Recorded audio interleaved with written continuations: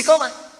Kalau sudah istiqomah, maka apa yang diberikan? Limpahan tanpa batas. Quran surah ke-72 Al-Jin ayat ke-16. Saya selesaikan dulu yang ini ya sebelum pindah.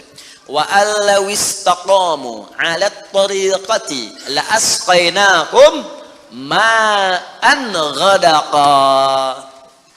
Wa allaw istaqamu, kan kalau mereka istiqomah 'alat tariqati, pada jalan yang telah kami tetapkan. Kata Allah, jalan hidup jadikan role model kehidupan Nabi. Contoh prakteknya, lihat Siddiqin. Kalau mau bertahap pelan-pelan, baca satu ayat amalkan, seayat amalkan, hadis satu amalkan. Jangan banyak-banyak. Ya, belajar meninggalkan larangan. Minggu pertama larangan di mata, jauhi larangan mata. Pekan kedua larangan telinga, pekan ketiga larangan lisan, sampai ke ujung kaki, sampai tubuh kita terbiasa meninggalkan larangan. Praktekkan. Kalau istiqamah, wa allaw istaqamu, kalau kalian istiqamah ala tariqati, pada jalan manhaj yang telah aku turunkan ini, la asqainahum ma'an ghadaqa, aku akan limpahkan kepada mereka rizki yang tanpa batas. Karena kalau disampaikan dalam keadaan azan, itu berpeluang besar benarnya. Karena itu, dan Al-Quran tidak ada yang salah.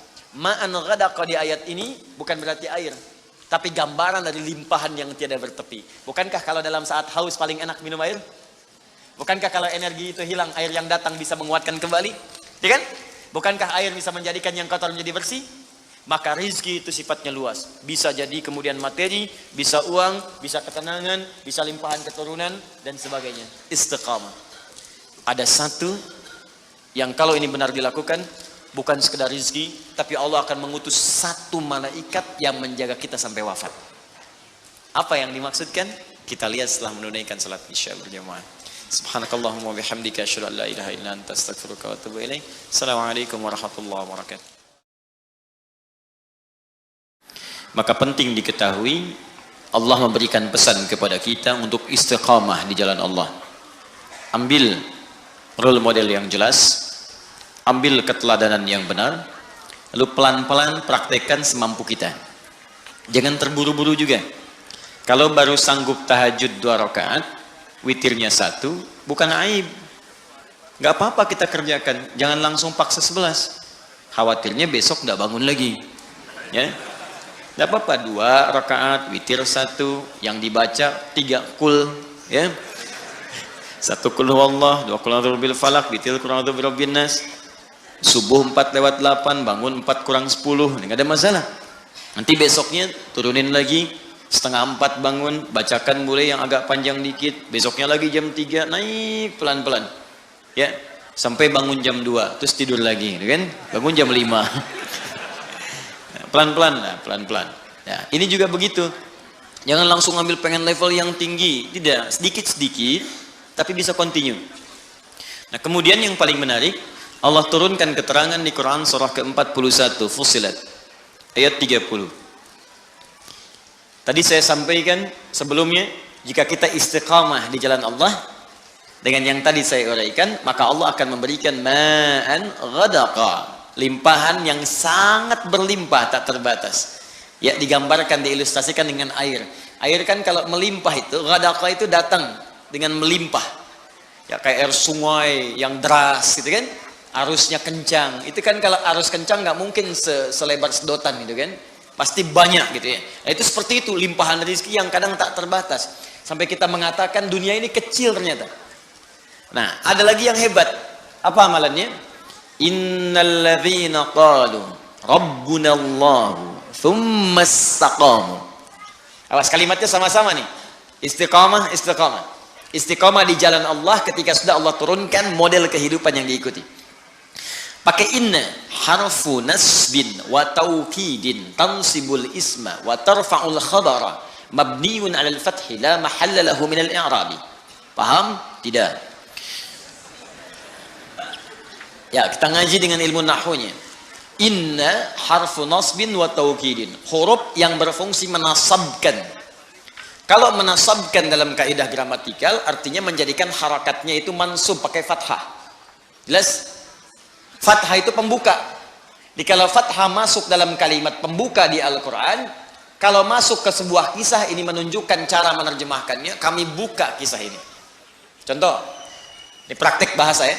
Quran surah ke-21 ayat 83. Wa ayyuba pakai fathah. Walaupun ataf diikutkan pada hukum sebelumnya. Wa ayyuba idznala rabbahu anni massani yadhurru wa anta arhamur rahimin. Wa ayyuba cara menerjemahkannya, dan kami buka kisah Ayyub untuk menjadi inspirasi bagi hamba Allah yang kemudian diuji dengan penyakit, seperti apa zikirnya agar disembuhkan oleh Allah. Makanya di akhir ayat 84 ditutup dengan kalimat wa dzikra lil abidin. Kisah ini akan jadi pengingat bagi hamba Allah yang saleh yang saat diuji dengan penyakit dia berzikir seperti Ayyub melakukannya, maka saya berjanji akan menyembuhkannya. Itu mansub. Nah, kemudian kalau kita tarik ke balaghah, nasab itu artinya sesuatu yang ditancapkan dengan kuat. Nasabar rajulu asahu, seorang lelaki menancapkan tongkatnya dengan kuat alal ardi, ke tanah, sehingga tidak goyang. Nah, kalau ada kalimat dalam Al-Quran dibuka dengan inna, inna harfu nasbin, huruf yang menguatkan, maksudnya informasi yang disampaikan oleh Allah di ayat ini tancapkan ke hati kita dengan kuat, dan jangan goyang. Kalau tidak goyang berarti nggak ada keraguan. Sebab kalau masih goyang ragu namanya. Berangkat gak ya? Berangkat gak ya? Berangkat gak ya? Nah, ya? Sudah, kalau sudah mantap lakukan. Berangkat, lamar dia sekarang. Ya, misal ya. Ya. Datang ternyata belum kenal gitu kan, main lamar aja. Baik, bisa. Cek dulu, maksimalkan dulu, nasab, tancapkan pada jiwa. Kemudian wataukidin, kuatkan, dan nancap, kuatkan supaya nggak goyah. Ayat ini mengatakan innalladzina qalu, orang-orang yang meyakinkan. Qalu di sini bisa mengatakan, intinya menguatkan pada jiwa. Ya, kalimat untuk menguatkan itu bisa dikatakan. Ini secara psikologi, kalau ingin orang menguatkan sesuatu, dia katakan tuh, saya bisa, saya bisa, saya bisa. Ya, kamu bisa, kamu bisa, kamu bisa. Itu yang punya teorinya kita di Al-Quran. Yang praktekkan orang Jepang, orang Korea. Ya, waktu ada benteng Takeshi itu kan, kamu bisa, ya, taklukkan Takeshi. Orang Korea itu kalau kecil-kecil dari TK, nyusul Jepang, disusul sampai sekarang. Jepang punya Honda, dia punya Hyundai. Ya, Jepang punya ini, dia punya ini. Jepang ke Piala Dunia, dia ke Piala Dunia. Naik terus. Ya, itu yakinkan pada diri kita, bisa nih, bisa nih, kuat. Nah, jadi innalladzina qalu rabbunallah, orang-orang yang meyakinkan pada jiwanya dan tidak goyah, rabbunallah. Dalam setiap situasi dia bersandar kepada Allah. Dan kalimat yang disebutkan Rabb, kalimat rububiyah, yang merawat, memberikan kebutuhan, memaafkan kalau salah, mengampuni kalau dosa, menjaga, menyembuhkan kalau sakit, Rabb itu namanya. Makanya sering kalau kita berdoa menggunakan kalimat Rabb. Rabbana atina fid dunya, Rabbana zalamna, Rabbana la tu'akhidna in nasina. Memang itu yang diminta oleh Allah kalau kita sedang punya kesulitan. Turun Quran surah ke-7 ayat 172. Sejak dalam kandungan, kata Allah, tetapkan saya sebagai Tuhan. Kalau kamu yakin, nanti saat kamu butuh apapun, aku akan berikan. Wa idh akhadha rabbuka min bani adama min zuhurihim dzurriyyatahum wa ashhadahum ala anfusihim alastu bi rabbikum qalu bala syahidna. Rabb, maukah engkau menetapkan aku sebagai Tuhan? Kalau terlahir aku akan berikan segala kebutuhanmu. Sakit aku sembuhkan, salah aku maafkan, dosa aku ampuni. Butuh aku berikan, segala yang kamu inginkan kalau kamu butuhkan dalam kebaikan aku akan kabulkan. Rabb. Makanya kita tagih janji Allah saat kita ke bumi, kita punya sesuatu, kita panggil Rabb, Rabb, Rabb, Rabb, Rabb. Nah, kalau orang yakin dengan Allah, dengan sifat rububiyahnya, misal prakteknya begini. Kalau Anda sedang sakit, yakin Allah pasti sembuhkan. Lalu ikhtiar. Yakin dulu sama Allah. Dia ada kalimat-kalimat, ya Allah, kenapa saya yang sakit, ya Allah? Kenapa bukan tetangga saya saja, ya Allah? Kenapa saya yang diuji begini, ya Allah? Kenapa saya harus mengalami ini, ya Allah? Tidak. Hadirkan dalam jiwa, tancapkan, jangan ragu. Alhamdulillah, ya Allah, engkau pilih saya bukan yang lain. Engkau percaya kepada saya bukan yang lain. Engkau uji saya bukan yang lain. Alhamdulillah, ya Allah. Dan tidak mungkin kau memberikan sebuah ujian kecuali kau sandingkan dengan kemudahan. Lalu Anda bacakan tadi yang tadi, inna ma'al usri, bacakan itu, lalu minta berdoa kepada Allah. Ya Allah, engkau yang berjanji, engkau yang menepati. Engkau katakan dalam setiap kesulitan pasti ada kemudahan. Dan saya memohon dengan segenap janji dan kemuliaan engkau sebutkan dalam Al-Quran. Minta, cepat diberikan. Ya, minta dengan bahasa yang indah. Itu dapat. Nah, itu jarang kita pakai, cuman dibaca, nggak diamalkan. Kalau Kalau kita konsisten dengan itu, di pekerjaan ada kesulitan, pasti Allah mudahkan, yakin saya. Jadi Allah itu bukan sekedar diucapkan, tapi dihadirkan, diikuti dalam jiwa. Bimbingannya, pedomannya, dirasakan mengawasi kita. Itu kalau orang sudah begitu, semua disandarkan kepada Allah, tawakalnya tinggi, disandingkan dengan ikhtiar yang positif. Pertama, dia nggak akan kecewa. Nggak ada gelisah dalam jiwanya. Saya tanya begini, Bapak Ibu ta'lim ke sini karena Allah atau karena Ustad? Ngaku. Allah. Ntar Ustadnya nggak ada, ya. Nah Allah. Kalau karena Allah, Anda nggak akan peduli Ustadnya datang atau tidak, karena niat saya itu Allah. Karena Allah. Sama pengajar juga begitu, karena niatnya karena Allah, bukan karena jamaah, banyak sedikit gak ada ukuran. Karena pahalanya sama saja. Ketika seorang mengajar, pahala diturunkan. Mau jamaahnya satu, gak ada masalah. Makanya ada seorang syekh yang pernah saya kisahkan, jamaah banyak bludak. Satu kali yang hadir cuma 1-2 orang. Tapi semangatnya gak berkurang, menggebu-gebu, nyampaikan dengan benar. Orang bingung, syekh, kemarin banyak orang, Anda begitu, sekarang cuma 2, begitu juga. Apa Anda gak kurang semangat, cuma melihat 2 orang? Apa jawab syekh ini? Saya ini kan mengajar karena Allah. Allah yang perintahkan. Saya nggak peduli mau datang atau tidak. Tetap saya akan berikan yang sama karena Allah yang perintahkan, bukan karena manusia yang hadir. Saya nggak akan kecewa. Ya, diminta Ustaz Adi nih, Ustaz Adi, tiba-tiba yang datang misalnya Ustaz Asep, ya, nggak ada masalah. Ustaz Michael, Ustaz Stephen, nggak ada masalah. Ya, boleh jadi ada hikmah lain yang Allah inginkan di situ. Jelas ya? Nah, apa yang hebat diantaranya? Innalladzina qalu rabbuna Allah. Orang-orang yang tawakalnya kuat kepada Allah. Lillah, ikhtiar lillah. Cari kerja karena Allah. Nggak dapat hari ini, alhamdulillah Allah ridha. Yang penting ridha dengan ikhtiar saya. Ikhtiar itu menghadirkan rezeki, bukan pekerjaannya. Ingat ikhtiarnya. Begitu ikhtiar keluar, rezeki akan diturunkan. Atau diakumulasikan pada puncak ikhtiar yang nanti kita dapatkan. Kemudian, perhatikan kalimatnya. Tatanazzalu alaihimul malaika. Maka Allah akan menurunkan malaikat spesial untuk menjaga orang itu. Insyaallah. Alla takhafu, dijaga supaya enggak khawatir, enggak gelisah, tenang. Karena orang tawakal itu tenang, enak. Jalan hujan, alhamdulillah. Macet, alhamdulillah. Selalu ada solusi. Di rumah tangga ada persoalan, insyaallah selesai. Insyaallah selesai. Gitu aja gitu nih. Kata-kata kasar itu nggak harus keluar. Tangan-tangan diletakkan pada tempatnya. Ya, piring-piring punya haknya. Pintu juga punya haknya. Semua ada. Itu gambarannya. Jadi malaikat itu turun memberikan ketenangan pada jiwanya. Jangan marah, sabar, tenang. Wala tahzanu, nggak sedih dengan kehidupan yang dialami. Bukan nggak punya masalah ya, ada. Ya, huzan itu sedih berlebihan. Bukan berarti nggak kecewa. Kadang ada kecewa, tenang lagi. Ya, perasaan itu ada.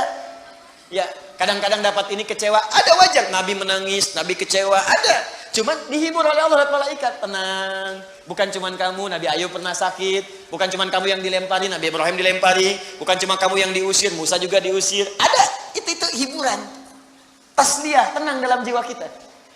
Wa abshiru bil jannati allati kuntum tu'adun. Dan Allah berikan kemantapan dalam jiwanya, nggak apa-apa capek saat di dunia. Toh pada akhirnya semua orang juga akan capek dan istirahat di alam kuburnya. Cuman saya menantikan surga yang dijanjikan oleh Allah Subhanahu Wa Taala. Memang kalau nggak mau capek, ya di alam kubur, Bu. Sepanjang di dunia pasti capek. Tapi kalau orang tawakalnya kuat, ketika ada capek pun dia sabar. Nah, itu kalimatnya. Jadi itu penutup dalam kalimat suratal ladzina an'amta alaihim. Jadi kalau ingin nikmat, ikuti pola hidup orang yang dulu itu seperti apa, keluarkan sesuai konteksnya kita bekerja sebagai apa, nilainya praktekkan oleh kita dan istiqamah di jalannya. Nah, teruskan. Ghairil maghdubi alaihim waladdallin. Ya Allah, mohon palingkan aku dan jangan tunjukkan kepadaku jalan-jalan yang pernah ditempuh oleh orang-orang yang engkau murkai atau mereka tersesat di jalanmu, sekalipun mereka merasakan kenikmatan hidup yang sedang mereka jalani. Awas, ya, fokus ya. Ini yang saya kaji, saya kumpulkan dari beberapa kitab-kitab. Kadang yang pokok saya bawa kitabnya. Seperti ini Tafsir Al-Quranil Azim karya Ibnu Katsir rahimahullah. Nanti saya bacakan dulu, nanti saya padukan. Yang tadi saya terangkan belum tentu didapatkan di sini. Ya, jadi Bapak Ibu catat dengan baik, lihat dan praktekkan. Nanti di akhir saat kita bertemu lagi, setelah selesai baru saya bikinkan khulasah atau intisari dari pembahasan dan kurikulumnya. Yuk kita sempurnakan dulu. Ghairil maghdubi alaihim waladdallin, qara al-jumhuru ghairi bil jar. Mayoritas ahli qiraat membacanya menggunakan kasrah, ghairi i. Ya, ghairi 'ala an-na'ti. Ya, 'ala an-na'ti menunjukkan kepada sifat yang sebelumnya. Jadi persamaan inti permohonan. Baik. Tapi saya nggak paham Ustaz, salah sendiri. Baik, intinya pertama dibaca ghairi. Bisa dibaca ghairi menunjuk kepada orang-orang yang punya perasaan sama dengan sebelumnya serasa nikmat tapi mendapatkan laknat ataupun murka dari Allah Subhanahu wa taala. Qala Zamakhsyari. Zamakhsyari pernah berkata, pengarang kitab Al-Kasyaf. Itu bahasa Arabnya luar biasa dikuasai. Ilmu-ilmunya tinggi sekali. Sampai beliau kemudian punya kelemahan jalan dengan tongkat. Ya, ingin tinggal di samping Ka'bah. Sehingga disebut dengan Jarullah, tetangganya Allah. Ini bahasa balaghah, tetangga Ka'bah. Tapi kalau sudah berjalan tongkatnya kedengaran, maka orang-orang yang sedang mengajar seperti ini turun dari kursinya. Karena malu takut salah kedengaran dari Syekh Zamakhsyari. Boleh diikuti pendapat-pendapat tafsirnya, tapi masalah hukum-hukum pandangannya dalam tauhid dan fiqih, maka disarankan tidak untuk diikuti. Karena Mu'tazilah alirannya.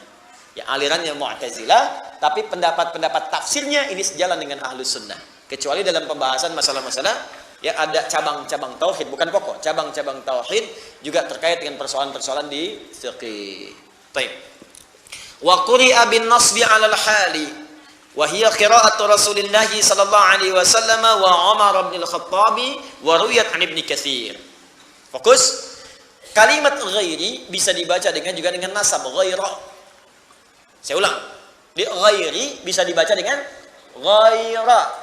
Jadi kalau nanti ada yang baca ghaira dalam tafsir, ya ghairal maghdubi, jangan disalahkan karena bacaan ini pun bersumber dari Rasulullah sallallahu alaihi wasallam. Umar bin Khattab pernah baca dengan ghaira, juga diriwayatkan dari Ibnu Katsir rahimahullah, salah satu Quran.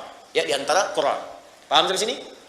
Baik, jadi bisa dibaca ghairi, bisa dibaca ghaira. Kalau dibaca ghaira berarti menunjukkan keterangan yang berbeda dari sebelumnya. Cara memahaminya begini. Ya Allah, tunjukkan kepadaku jalan orang-orang yang telah Engkau berikan nikmat. Kata Allah, saya tunjukkan. Ikuti para nabi, siddiqin, orang saleh, syuhada. Ya Allah, jangan berikan kepadaku jalan orang selainnya. Maka dibaca ghaira. Jelas ya? Karena beda dengan yang sebelumnya. Hal. Paham? Ya Allah, aku pengen yang ini saja, bukan yang ini. Maka dibedakan, langsung baca ghaira. Tapi kalau kita baca ghairi, wah, ini kalimatnya lebih lengkap lagi, kompleks maknanya. Ya Allah, berikan kepadaku jalan orang-orang yang telah Engkau berikan nikmat. Kata Allah, ikuti. Nih, para nabi, siddiqin, syuhada, solihin. Tapi ingat, engkau pun akan melihat orang-orang yang terasa seperti nikmat hidupnya, padahal dia mendapatkan laknat dariku. Dia seperti nikmat hidupnya, padahal tersesat. Ada kelihatan orang seperti kaya, tapi Allah murka kepadanya. Ada orang kelihatan seperti punya kedudukan, punya kemampuan, punya kenyamanan, kemapanan materi, tapi Allah murka kepadanya.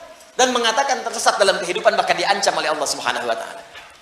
Saya tanya kepada Anda, ada orang yang pernah merasa hidupnya nikmat diabadikan dalam sejarah tapi Allah melaknatnya? Banyak. Contohnya siapa? Firaun. Contohnya siapa? Qarun. Bukankah Qarun merasa enak dalam hidupnya? Tapi kemudian dikubur hidup-hidup kena likuifasi? Bukankah kemudian Haman merasa hebat dengan otaknya tapi terkubur bersama Firaunnya? Bukankah Namrud pernah merasa berkuasa tapi hancur ditelan oleh kehidupan bumi? Jadi Anda akan saksikan, kata Allah, ada orang yang kena fata morgana, pengen ikut seperti nikmat mereka tapi jauh dari Allah Subhanahu wa taala. Karena itulah bisa dibaca dengan ghairi. Al-Quran itu indah, cuma baca satu huruf, harokatnya beda, maknanya bisa sangat lengkap, luar biasa. Jelas? Jadi kalau dibaca ghaira, saya nggak pengen seperti orang ini. Kalau dibaca ghairi, diterangkan orang-orang seperti mendapat nikmat, padahal dia salah dari jalur Allah Subhanahu wa taala. Paham? Baik, siapa orang-orang ini? Yang kelihatan nikmat tapi tidak Allah sukai. Yang kelihatan nyaman tapi sedang tersesat, atau yang kedua kita langsung bermohon kepada Allah, ya Allah, walaupun belum tampak dalam pandangan saya, jauhkan saya dari mereka dan dari sifat-sifat mereka. Jangan sampai saya seperti itu. Baik dibaca ghairi ataupun ghaira. Yuk kita lihat. Wa dzul hali ad-dhamir fi 'alaihim wal 'amil an'amta 'alaihim mimman taqaddama wasfuhum wa na'tuhum wa hum ahlul hidayah wal istiqamah wat ta'ah lillahi wa rasulihi wa imtithali awamirihi wa tarki nawahihi wa zawajirihi ghairi siratal maghdubi 'alaihim wa humul ladzin fasadat iradatuhum. Dengan keterangan kalimat ini baik dibaca ghairi ataupun ghairu, Allah memberikan gambaran kepada mereka, maksudnya kita semua yang membaca ayat ini, ya, supaya mereka mengikuti ahlul hidayah, ya, berpedoman kepada orang-orang yang mendapatkan hidayah Allah, wal istiqamah wat ta'ah, orang-orang yang istiqamah yang taat. Jadi Allah sampaikan kepada kita, ikuti orang-orang taat, ikuti orang-orang istiqamah, ikuti orang-orang yang dapat hidayah, 4 golongan tadi. Ya, kemudian wamtithali awamirihi, dan berusaha menunaikan perintah-perintah Allah, wa tarki nawahihi, dan meninggalkan larangan-larangannya. Dicari model seperti itu dari 4 tadi. Makanya tadi saya katakan di awal, kerjakan perintah, jauhi larangan. Kemudian selanjutnya, wa zawajiruhu ghairu siratal maghdubi 'alaihim, dan sekaligus dengan kalimat ini meminta kepada Allah agar dihindarkan dari sifat orang-orang yang merasa nyaman hidupnya di dunia tapi ternyata dilaknat oleh Allah. Atau memang ada juga yang tidak nyaman tapi juga dilaknat. Wah, ini yang paling menyedihkan. Sudah hidup gak enak, langsung dicela juga oleh Allah. Ya, Masya Allah. Nah, maka siapa mereka ini? Yuk kita baca. Alladzina fasadat iradatuhum fa'alimul haqqa wa 'adalu anhu. Pertama kata Allah, ini berlaku hukum umum bagi orang-orang yang fasadat iradatuhum, orientasi hidupnya sudah enggak jelas. Ini tolong dilihat, orang enggak jelas tuh begini kata Al-Qur'an. Mudah-mudahan kita masih jelas ya. Baik.